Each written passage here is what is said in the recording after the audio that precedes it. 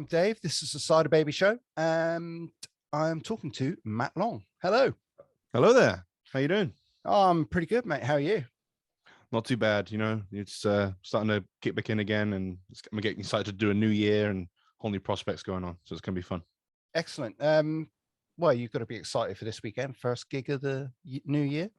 First gig. Yes, absolutely. It's always a fun thing kind of coming back into it after a month or however long of not doing anything for Christmas and New Year kind of thing. I did my first official bit of singing yesterday for a little recording thing I was doing. Okay. And I was like, oh, I am extremely rusty. I should probably practice and warm up and all that kind of stuff. So I'm going to be spending the next few days doing that. So I'm fighting, fit and ready for rocking on stage at the Giants of Rock in Minehead. Excellent. Have you got many more gigs lined up this year? Yeah. Business as usual. Obviously, all things permitted, everything business as usual, if you know, but obviously it's still all a bit shaky out there, so it's kind of hard to say for certain, but I'm fairly confident that we're going to have a lot of fun this year. Excellent. Now you're touring, or you're gigging on the back of Matt Long and the Revenant Ones. Yes. You released an album last year. Yes. We managed to release an album last year. Yeah. You managed. Yeah, just about. Okay. So tell me a bit about the album, or tell the viewers a bit about the album. Well, it kind of started, it was quite a few years ago now. We went into a studio called Baby Studios, run by my friend Dan Lucas of Salvation Jane, for anyone out there who know that band. Very, very good band. I'd highly recommend you check them out. And he was putting up dates in his studio that were free, and if anyone wanted to come in and record a song, just like a little weekender thing.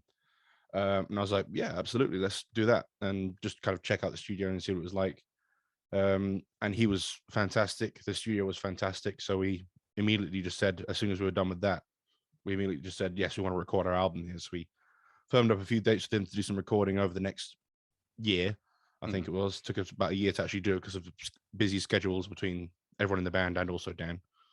So after a year of working on that, we finally managed to get it out. And we managed to get it finished.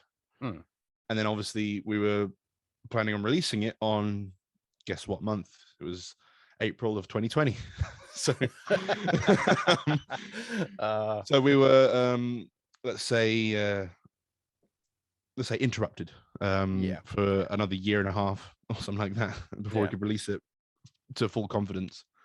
And we finally managed to release it last year, I think around I can't remember exactly when it was even, but it's still a while ago now, and I'm so happy we managed to get it out there at last, and everyone's been really enjoying it, and we've been getting a few more gigs off the back of it, which is really fun. And I'm really happy with it, and this momentum from this album, and trying to get out there more and see new people, because it's been a long time. Okay. So if you were to pick, say, 2 favorite tracks from that album, personal favorites, that's a hard one. I've got to say, it is a hard one. feels like a Saint is probably my favorite. I know it's a single back along, but yeah, that one is really fun to play live, I've got to say. Yeah, I'll pick that one. I think that one has hey, you can't pick that one, I've already got it. Oh, well, you got it. Okay, fine, I'll pick another one.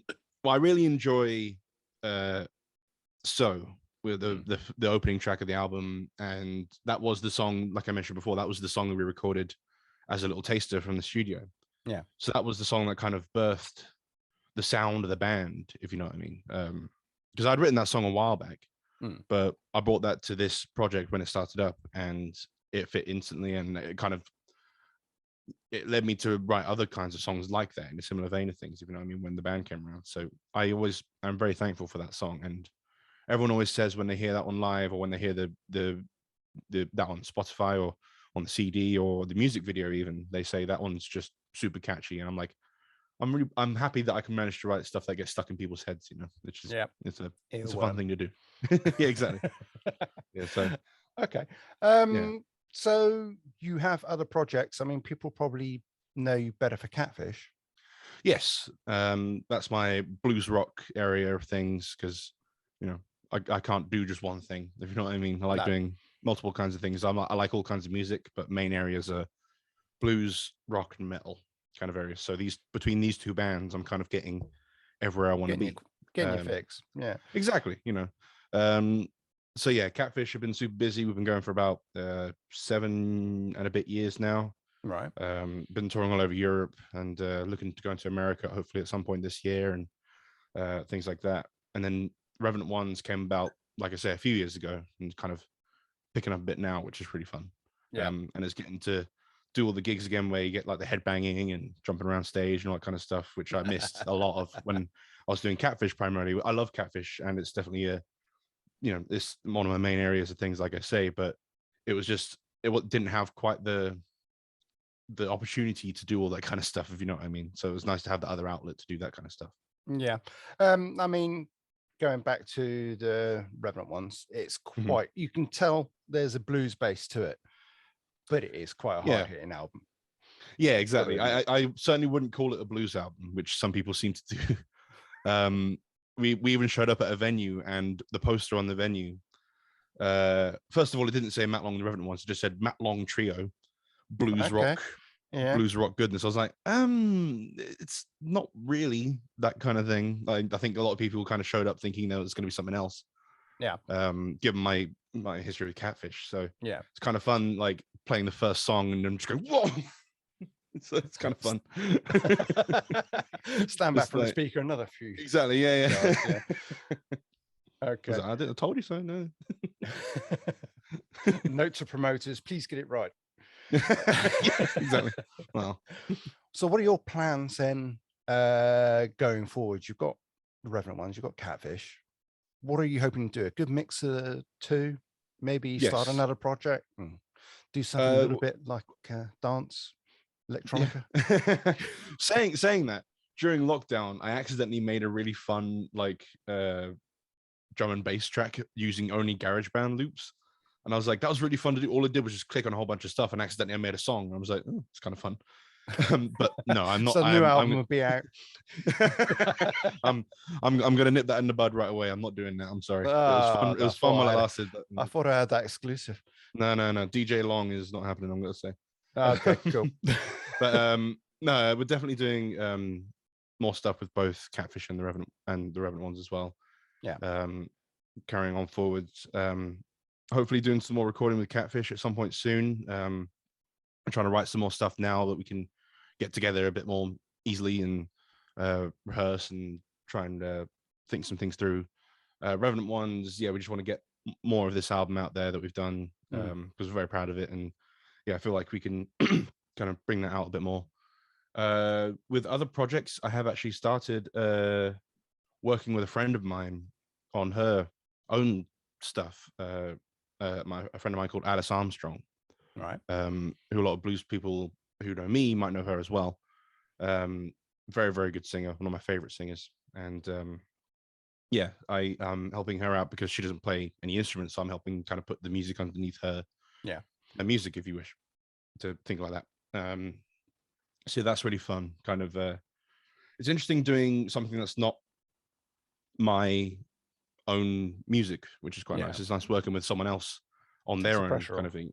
Exactly. And it just gives you some fresh perspective on different things and kind of makes you write a bit different and sparks a bit more creativity for your own stuff. You kind of come across a few things, which is good. And she's a pleasure to work with and looking forward to doing some gigs with her at some point soon. We've got some lined up. I can't remember off the top of my head, unfortunately, but so keep an eye out for that. That'll be fun. And like I say, it's totally Alice's project, but I'm just kind of helping out, which is fun. So I really want her to, keep moving with this, which should be great for her. Like I say, fantastic singer, one of my favorite singers. So just keeping busy, really. Hopefully get some more recording done with Catfish and doing this Alice stuff, and hopefully some more gigs with the Revenant Ones as well. So it's gonna be a good year. Ideal.